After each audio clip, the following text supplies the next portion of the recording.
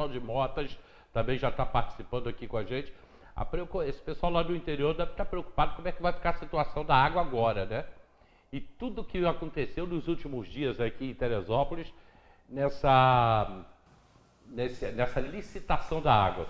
Eu vou dar um bom dia, um boa tarde para o Zé Carlos Faria, e vou dar também cumprimentando o Vanderlei Pérez, aí o Vanderlei já entra explicando para a gente todo esse processo e a gente vai debatendo esse assunto. Lembrando que nós estamos ao vivo, excepcionalmente hoje, tem reprise à meia-noite, o programa deve ser repetido aí também no final de semana, e na segunda-feira, o programa às 10 horas da manhã, programa normal, e a presença do vereador Leonardo Vasconcelos. Ele falou, segunda-feira eu quero ir aí, e ele vai estar aqui com a gente. Faria, boa tarde. Boa tarde, Hélio. Boa tarde, Vanderlei. Finalzinho de semana, né? Para a gente meditar aí hoje. E aproveitar, né? A gente não sabe se pode falar que é o verão ou é o inverno. Você falou água quente aí. Verdade. A água quente é sugestivo, mas no inverno é sugestivo. Mas no frio já não é tanto assim. Mas também mandar um abraço aí para o pessoal, tanto da área urbana como da área rural, né? O 2º e 3º distrito, que contribui muito para o desenvolvimento de nossa cidade. Vanderlei Pérez. É isso aí. Boa tarde, Faria. Boa tarde, Hélio. Nesse horário especialíssimo, né? Porque de manhã um outro programa roubou a cena do dia, né? Roubou então, mesmo, cara. É isso aí. Nós estamos aí... Eu não sei se você sabe fazer bolo, Hélio. Bolo de laranja, por exemplo, você pega o trigo, mistura os ovos, joga no forno, né? Raspa a laranja e doura o bolo depois para dar um charme, né? Hoje está um bom dia para a gente falar de receita de bolo, porque esse negócio de água já deu, né? O que não podia acontecer, aconteceu, que era a licitação dessa forma como foi, porque, de uma forma flagrante, está equivocado o processo. Existe o decreto legislativo que estava em fase de recurso ainda no tribunal, existe a questão da falta do plano de saneamento, não existe plano sem a Câmara falar, né? Como não existe um plano estadual ou federal sem a Assembleia Legislativa falar e sem a Câmara Federal falar, então aqui nós temos um plano feito em gabinetes e referendado nessas audiências de internet, né? E temos depois as próprias questões mesmo das irregularidades do edital, que o TCE apontou cerca de 20 irregularidades no edital. O TCE é o Tribunal de Contas. Faria foi presidente da Câmara, sabe como é que funciona. É um órgão técnico que auxilia os municípios para o que está certo e errado. Então, no procedimento de licitação, é quem dá a última palavra. Tanto que, quando você faz uma licitação de um certo volume de dinheiro, você tem que ter o edital aprovado pelo TCE antes, para fazer gastos, não só no Legislativo, como no Executivo. E aqui nós temos um edital que não foi autorizado pelo Tribunal de Contas do Estado e que o Tribunal diz que ele é tendencioso e que ele oferece risco de dano ao erário. Quem fala isso não é um vereador, não é uma ONG, não é uma pessoa querendo expressar a sua opinião. É um órgão de contas do Estado, né? Mas, feita a licitação, feito o mal feito, não há corrigir isso, esperar que a Justiça vá corrigir isso, é acreditar demais no improvável. Porque agora nós não estamos falando mais. Antes se discutia realizar uma licitação ou não. Agora a gente está falando de um contrato de quantos bilhões? 10 bilhões? Porque a gente está falando de um contrato aí de 25 anos, né? Que movimenta uma quantidade de dinheiro muito grande. Para se ter uma ideia, só de conta de água que a Prefeitura vai passar a pagar, vai dar cerca de 9, 10 milhões por ano. Então, isso vai dar aí 200 milhões ao longo de 25 anos. Um cliente apenas, né? Então, você imagina aí o hospital, que gasta muita água, indústrias, e os outros 30% da população que hoje não paga água porque ela tem outras possibilidades de usar água, que é o caso dos morros que usam as águas das mangueiras pretas, é o caso das pessoas que têm poços. Essa empresa que comprou a água, ela comprou toda a água. do rio, da chuva, a água que empoça, a água que corre pela rua, toda a água é dela, entendeu? Então, ou seja, ela tem a gestão de toda a água. Então, você não vai poder, a partir de agora, nós temos em outra cidade onde foi estabelecido esse tipo de empresa, onde as pessoas, o camarada que tem poço é obrigado a fechar o poço para usar a água da rua, onde tem o hidrômetro. Se existe água na rua, a pessoa não pode usar a água do poço. Né? Você tem essa questão. E depois ainda tem o segundo contrato, que é do esgoto, porque a gente está falando do contrato da água, mas a hora que começar a distribuir as manilhas e dizer que tem uma parte do esgoto pronto, você começa a cobrar o esgoto também. Então, a conta da água, além da conta da água, vai ter uma segunda conta do esgoto, dobrando essa arrecadação. Então, se a gente falava ali de 200 milhões para a prefeitura pagar de conta de água, a prefeitura também vai pagar esgoto, meu cara. Então, joga mais 200, que são 400. Né? Tem a questão também da tarifa mínima. Então, ou seja, você não tem mais aqueles 15 mil litros da SEDAI, são 14 mil litros apenas. Então, você gastou, você vai pagar a conta mínima a partir até 14 mil litros. A partir dali, aquele litro a mais, ele tem um cálculo diferenciado de cobrança que aumenta muito a conta. Então, é normal nessas cidades onde foi colocada aí essas empresas, você tem aí pessoas comuns que moram em apartamentos pagando 300, 400 reais de água e não conseguem baixar essa conta de jeito nenhum, porque é o que pode vir a partir dali. Foi um passo para trás e o principal, né, você ter uma possibilidade de um recurso muito grande da cidade indo embora. Porque você tem se você utilizasse a solução de uma autarquia, por exemplo, você poderia continuar dando empregos na cidade e poderia continuar sendo o dono da água. Né? Mesmo que você contratasse alguém para fazer a distribuição e a cobrança, que essas empresas são mais eficientes na distribuição e na cobrança, você controlava o patrimônio, que é a água, e que são os patrimônios que existem na cidade para esse serviço de abastecimento de água. Não conheço outro município que tenha uma estrutura tão boa quanto a de Teresópolis na questão da água. Várias, além da captação de Providência, você tem aí a captação do Jacarandá, do Triunfo, Jacarandá e Triunfo, que estão desativados, porque não está precisando dessa água. Você tem Penitentes, o Comari, você tem várias possibilidades de recolher a água. Você tem uma estação de tratamento em Três Córregos de primeiro mundo, uma estrutura muito boa. Você tem uma elevatória, você tem uma caixa d'água no Vale do Paraíso com uma quantidade muito grande em que atende quase a metade a cidade por gravidade. E quando a água chega na cidade, você tem mais de 50 elevatórias para jogar água nos morros. Toda essa estrutura está pronta, é só chegar e ligar o botão e meter a conta no fim do mês. Ou seja, já pegaram tudo pronto. Pegou tudo prontinho só para explorar. Então, todo esse dinheiro aí, realmente, a previsão era de 190 milhões, depois passaram para 350 milhões, acabaram falando em 306 milhões. 306 milhões e 200 mil reais. É muito pouco, a gente falou sobre isso aqui, uma concessão dessa por baixo vale R$1 bilhão, entendeu? Então, mas como só tinha um concorrente na concorrência. Por coincidência, fazer o quê, foi o né? nome que nós falamos aqui antes, né? É mesmo, cara? Que a companhia... Pois é, rapaz, a gente acabou... A gente está adivinhando coisa. Vamos parar com esse negócio de mexer com imprensa. rapaz, Vamos vender aí, vamos fazer um serviço de cartomante, né? Ô, Faria, o pessoal lá do interior, lá de Água Quente, já botaram aqui, Israel. Hélio, todos nós saímos no prejuízo, principalmente o agricultor. É um absurdo. Não, é um absurdo geral, né?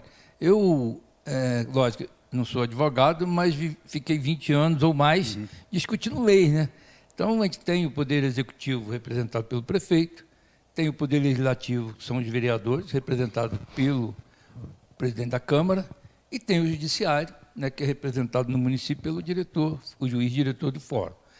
Eu acho que cada um tem suas competências. Quer dizer, eu não acho, isso é lei, né? Então, eu vi que houve uma discordância com dois poderes, que é o Executivo e o Legislativo. Pode, né, alguém vai arguir, né, os interesses dele, os argumentos favoráveis ou não, e a Justiça decide. Eu acho que não ouvir a Câmara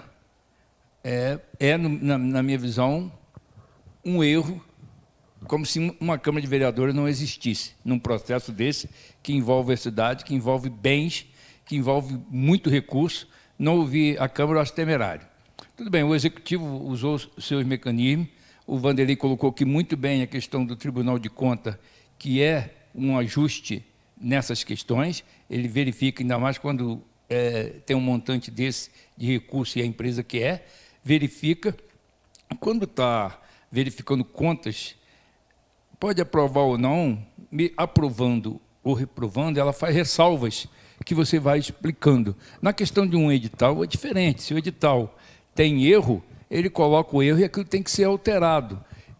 Me parece que o prefeito, com essa pressa de transferir a administração da água para outra empresa, e isso chama muita atenção da gente que está discutindo esse assunto e da população que tem a caminhar interessado, porque tem também as pessoas da população interessada, é claro, muitos não estão interessados, mas vão sofrer depois lá na frente, né? Que tem que estar atento muito a essas questões, porque ela mexe com cada um. Vamos dar uns exemplos aqui que pode alguém até achar absurdo, e pode ser, não vou negar que possa ser. Nós temos no Nordeste muitas pessoas que têm um pocinho de petróleo. Ele vende aquilo todo mês, todo ano, recebe um valor pelo aquilo. Aqui, o cara que produz água, ele vai ter que pagar. Ele vai passar a pagar. Ele produz água, vai passar a pagar, porque o poço vai ser fiscalizado. Já ouvi em algum momento, que eu acho que é fantasioso, dizer que o interior sofreria com essa questão com irrigação, utilizando água dos rios que cortam, né, alguns distritos. Né? Não acredito que isso vá acontecer. Isso, para mim, no momento que eu vi isso, é absurdo. Mas a transformação que vai sofrer é tão grande que eu ainda fico com um pé atrás. Eu acho que hoje aí o grande momento, a sociedade organizada, OAB, né, que tem advogados de uma competência aí, Teresópolis tem uma faculdade de Direito, né?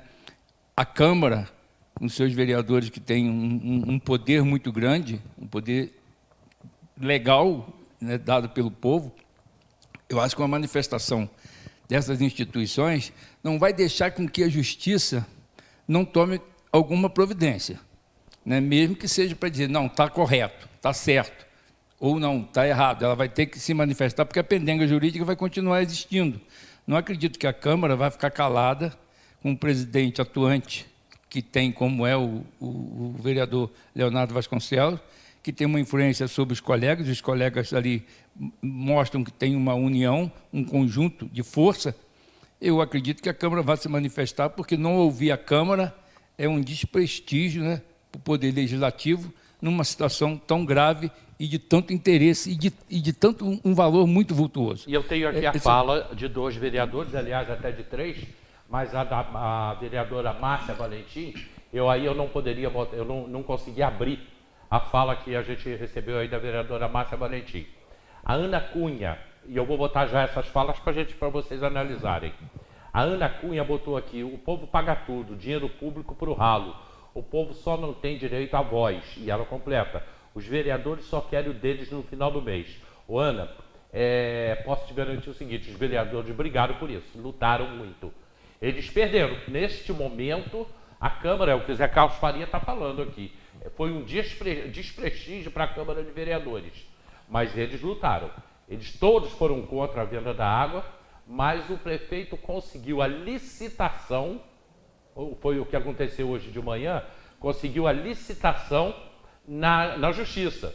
E aí, a licitação já foi vendida a água. E a gente viu, né, que os vereadores botaram a cara na reta. Botaram. E principalmente no seu representante principal, que é o presidente. Botou a cara na reta, se posicionando e questionando judicialmente. Então, eu acho que a Câmara está fazendo o papel dela e eu acho que isso ainda vai ter. Agora, uma coisa que foi decidida. E o que mais, assim, não vou dizer que machuca, né, mas o que mais a gente fica temeroso é que uma só empresa participou de uma coisa tão importante, mas que a gente sabe que não é uma empresa, várias empresas, um consórcio de empresas que leva um nome, que tem um comando a nível até fora do país, mas principalmente dentro do Brasil, em vários estados, em várias cidades.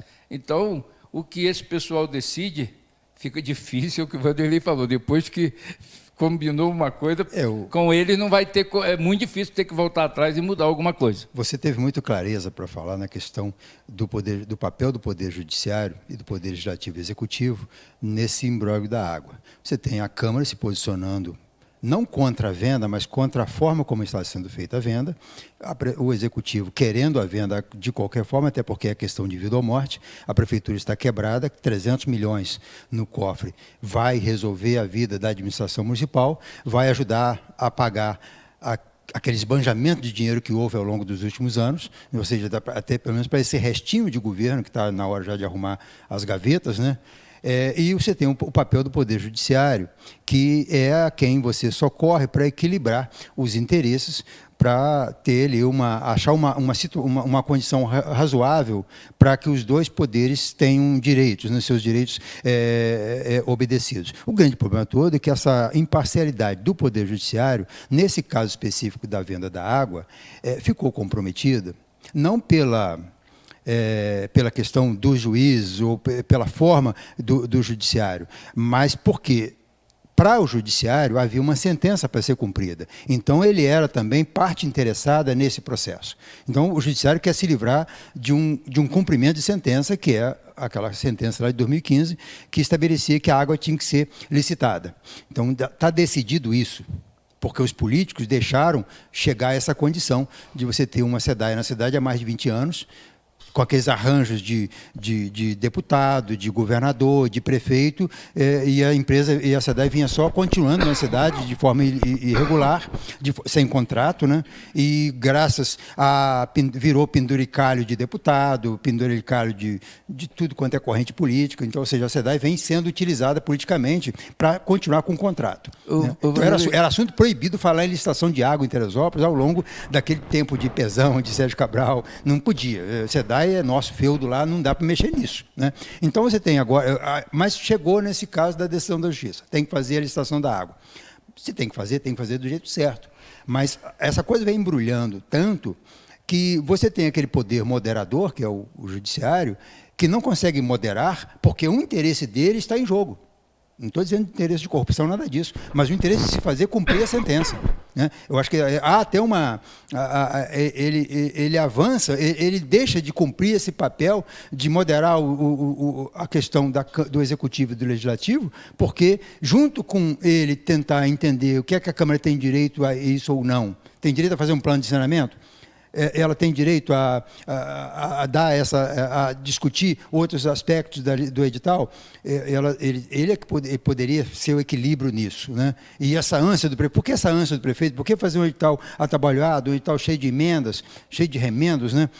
O judiciário não consegue ser esse poder moderador de forma tão eficiente, porque ele tem um interesse dele em jogo, que é cumprir a sentença. Né? E já passou da hora de cumprir a sentença. Isso é para ter se cumprido em 2016 e 2017. Resolveu a situação de 2015. Resolveu uma situação antiga. Deixa eu voltar aqui aos vereadores. Mas em prejuízo da população. Isso aí tem que deixar claro. Deixa eu voltar aqui aos vereadores, que aí vocês comentam aqui a participação do vereador Amorim e do vereador Leonardo. Lembrando que a vereadora Márcia me mandou também a participação dela, se posicionando contra a venda da água. Márcia Valentim, contra a venda da água, mas eu não consegui abrir o vídeo que ela me mandou. O Israel voltou lá de Água Quente, votou a maioria, votou nesse prefeito. Agora não adianta reclamar, ele é o culpado de tudo. José Vicente Silva, estamos ferrados com a privatização da água. Essa empresa, Águas do Brasil, é uma das piores. As contas de água vão aumentar, as águas não vão cair nas casas todos os dias. O que o prefeito teve de proteção do governador, de juiz, então ele faz o que quer. Vai levar o dele. O prefeito sabe que não vem mais, então ele quer ferrar com o povo. Teresópolis, essa venda é ilegal. Será que vai ajudar a prefeitura esse valor de 300 mil? Fica uma pulga atrás da orelha. Prepare o bolso, porque as contas de água vão aumentar. Estamos mal, vocês vão ver. Eu sou contra a venda da água, o nome é José Vicente Silva. Eu vou rapidinho para o comercial, gente. Não sai daí não, fica aí, eu tenho que ir para o comercial. Eu venho com a fala do vereador Amorim e do vereador Leonardo. E aí a gente também vai analisar aí a posição do Amorim e do Leonardo. Obrigado, pessoal do interior, participando com a gente aqui e participando muito.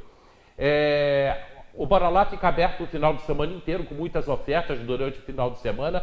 Ofertas pela madrugada, pela manhã, à tarde, à noite. Hoje ainda no Bora Lá até meia-noite, quer dizer, a noite toda, né? Brócolis americano R$ 2,99, a batata lavada R$ 2,99, a batata doce também R$ 2,99. Abóbora sergipana R$ 3,99, maçã Fuji R$ 7,99, tangerina Marcote R$ 4,99, morango R$ 4,99, o abacaxi R$ 5,99. Então são os preços do Bora Lá para hoje e a madrugada toda. A Ana pergunta, onde anda o plano piloto que nem se fala mais? Boa pergunta. Eu acho que já tem que fazer outro, porque aquilo já está ultrapassado. Eu vou para o comercial, a gente volta já.